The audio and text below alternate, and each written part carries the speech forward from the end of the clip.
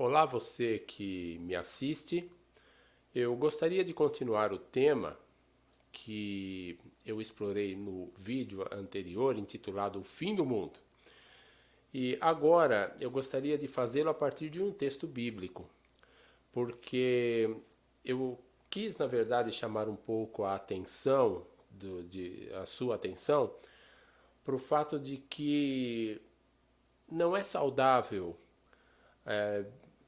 ficarmos comovidos e até estressados, muitas vezes ansiosos, tentando associar cada detalhe de figuras bíblicas com elementos que estão ocorrendo por aí, acontecimentos, pessoas, e com isso começarmos a marcar datas para fim de mundo, o mundo está acabando e essas coisas todas, né? Nós vemos como a tentativa de associar anticristo com certos políticos e certos acontecimentos da Bíblia com coisas que estão ocorrendo hoje tem um caráter um tanto doentio. Nós temos que dosar as coisas e por isso é bom irmos para os textos.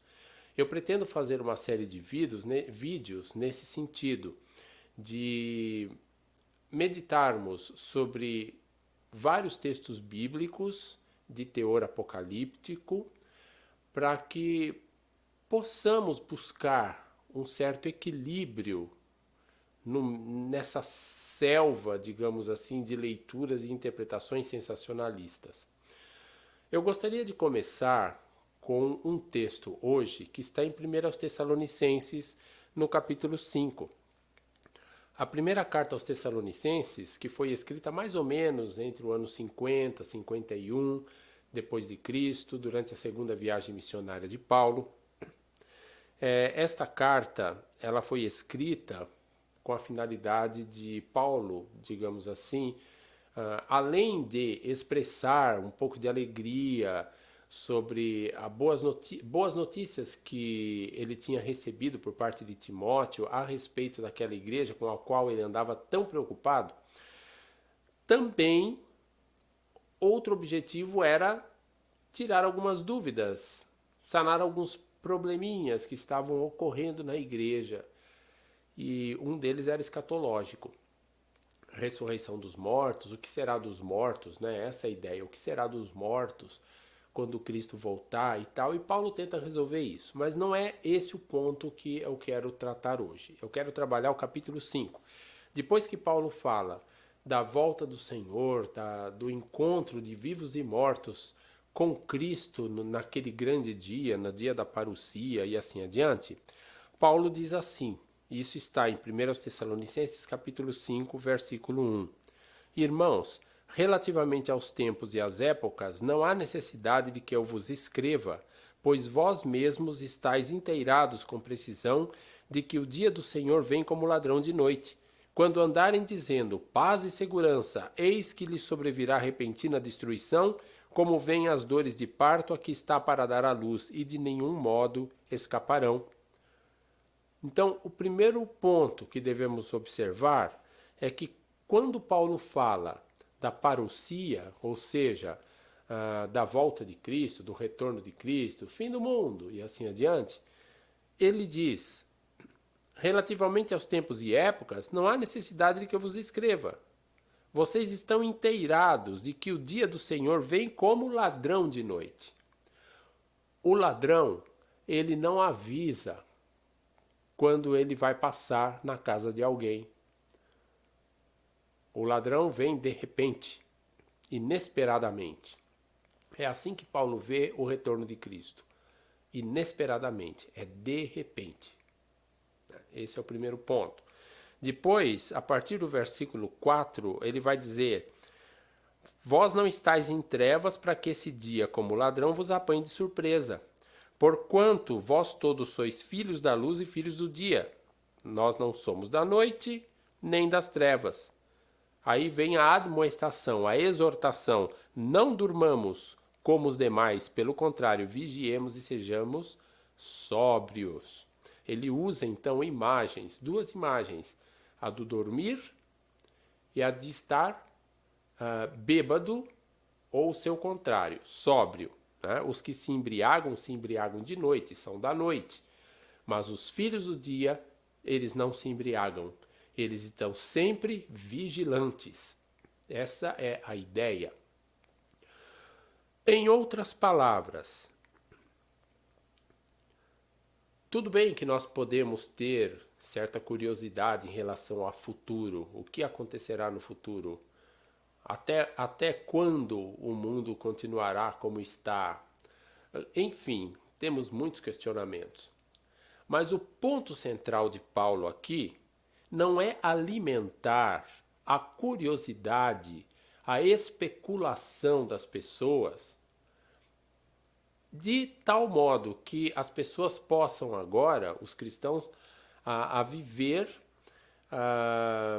de uma maneira, digamos assim, apreensiva, ansiosa.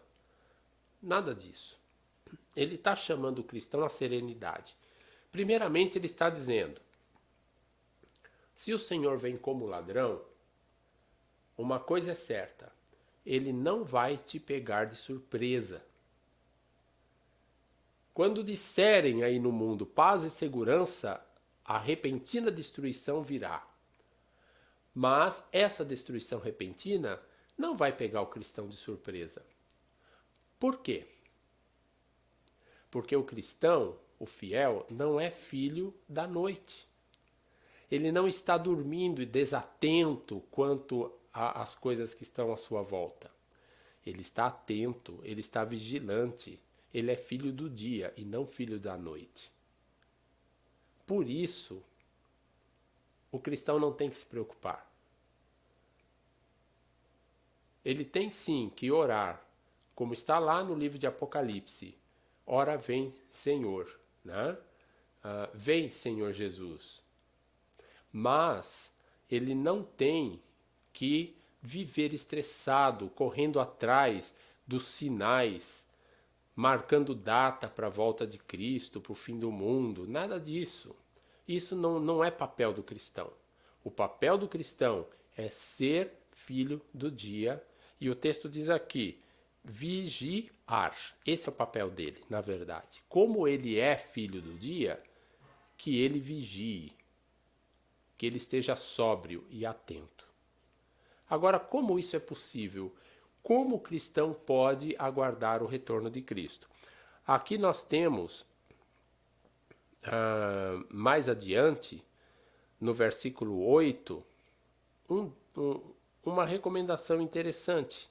Ele diz assim: somos do dia, sejamos sóbrios, revestindo-nos da couraça da fé e do amor e tomando como capacete a esperança da salvação. O que eu acho interessante nesse texto é que quando Paulo começa a carta aos Tessalonicenses, lá no capítulo 1, aos Tessalonicenses, capítulo 1, ele se dirige a essa igreja em Tessalônica da seguinte maneira: recordando-nos diante de nosso Deus e Pai da operosidade da vossa fé, da abnegação do vosso amor e da firmeza da vossa esperança em nosso Senhor Jesus Cristo.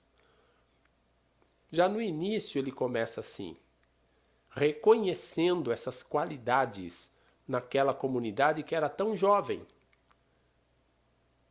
Em muitos casos, assim, em termos teológicos, poderíamos dizer tão imatura, mas ela demonstrava grande maturidade na sua prática de vida, porque ele mesmo diz, era uma igreja que tinha uma fé ativa, uma fé produtiva, um amor que os levava ao cansaço, porque era um amor que os levava à vida, à prática de vida. Não era uma coisa teórica, um sentimento, era algo que se transformava em ações e uma esperança firme em Cristo. Quando nós olhamos no capítulo 5, no versículo 8, quando ele diz assim, revestindo-nos da couraça da fé, versículo 8, aqui nós temos um particípio cujo sentido poderia ser havendo, tendo vestido, havendo nos vestido, digamos assim, da couraça da fé e do amor e do capacete da esperança da salvação. Ele reconhece que esses cristãos já estão prontos, porque quando eles vivem a sua fé de maneira a produzir frutos, quando eles praticam e vivem um amor que os leva ao cansaço, porque é um amor produtivo, um amor prático, não é um amor teórico, no blá blá blá.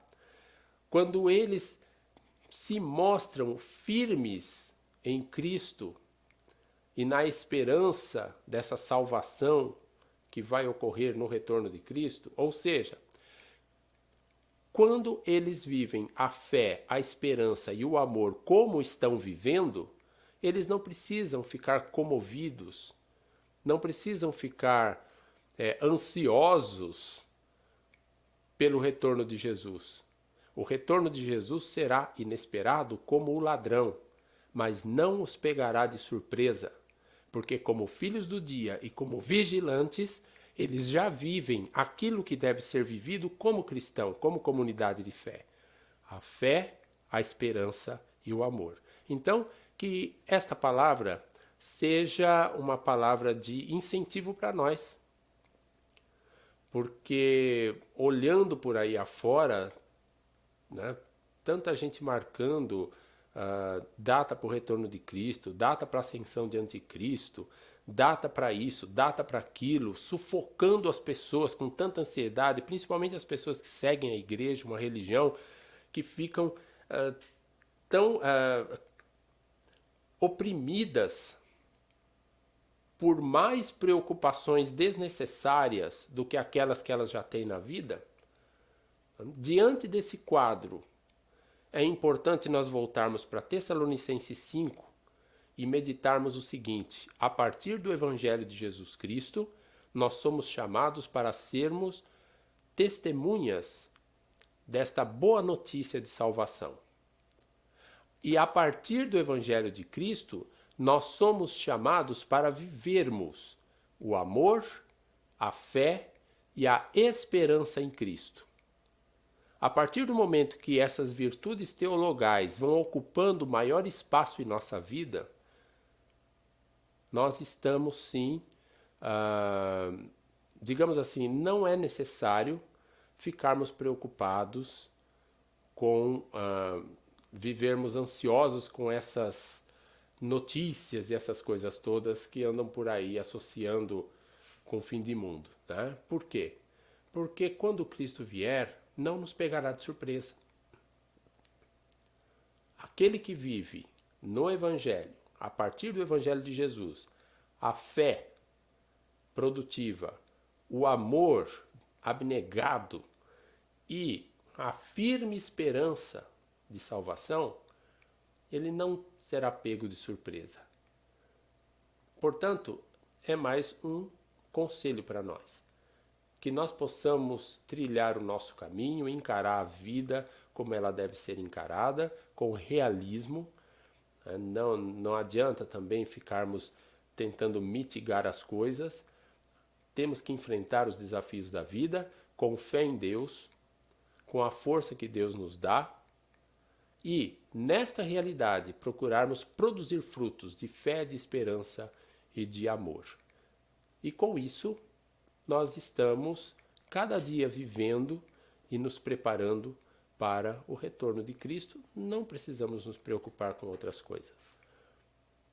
Vamos fugir dessas especulações que muitas vezes nem fundamento têm. Tá certo? Então essa é a palavra para hoje. Se você gostou, não deixe de clicar nas notificações, enfim, dê o seu like aí pra gente, tá certo? E inscreva-se no canal também, e aí mais para frente nós teremos novas palavras com as quais procuraremos trazer, digamos assim, reflexões bíblicas para dentro da nossa vida, do nosso cotidiano. Até lá!